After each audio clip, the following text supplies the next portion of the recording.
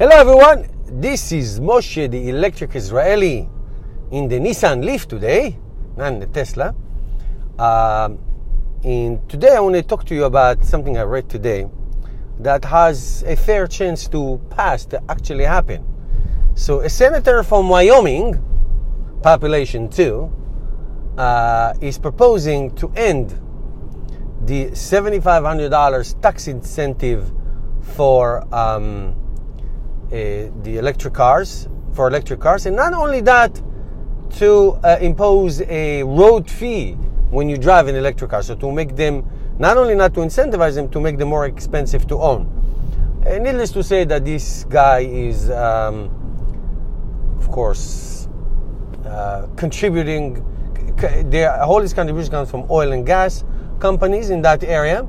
And it's amazing that a senator from a state that has tiny population gets to do this, gets to impose things like this upon us. Now, last time this law was trying to was part of a package of a big law, and it didn't pass.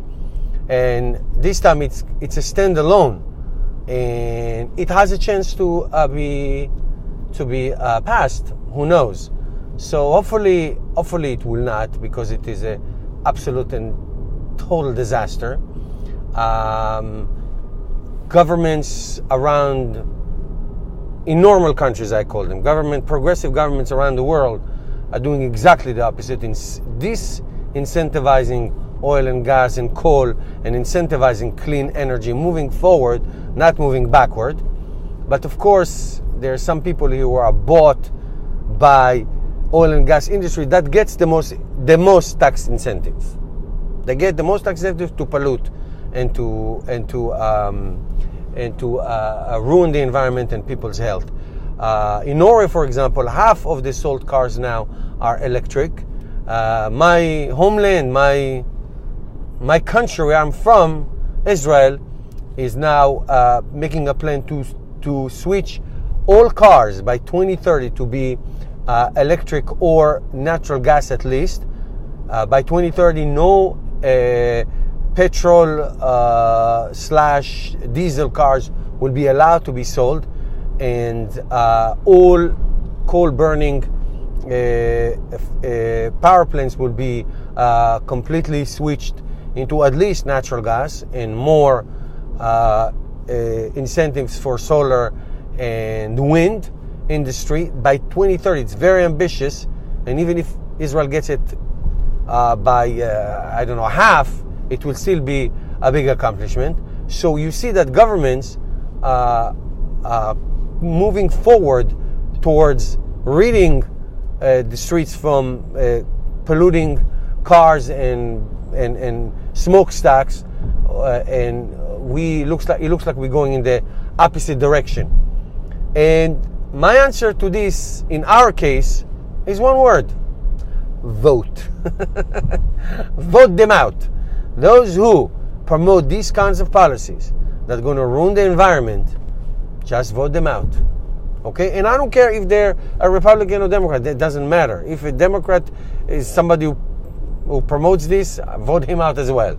I have no allegiance to anybody. I have allegiance to the environment. I don't care who the person or who the party in charge is. So this is very disheartening, and I hope it doesn't pass.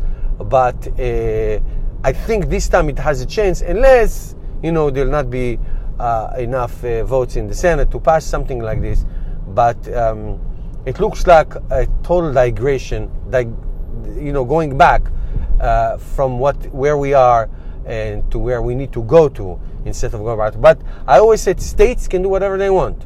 Okay, states can be the leaders, and California is big time on initiatives towards that goal of zero cars with no gasoline sold in that state. So big states can get together and do these things on their own and force the hands of everybody else. That's always a better idea. That's always is a better idea. But it's nice if the federal government joins in to transition from the old energy to the new one. So it's not only here, it's all over the developed world, as I call it, and it's amazing. So let me know what you thought about it, and what's your reaction, and if you have anything else that you heard. And in the meantime, don't forget to subscribe to my channel. Help me change the world one electric car at a time, and support this channel by becoming a Patreon. And I'll see you tomorrow in another episode.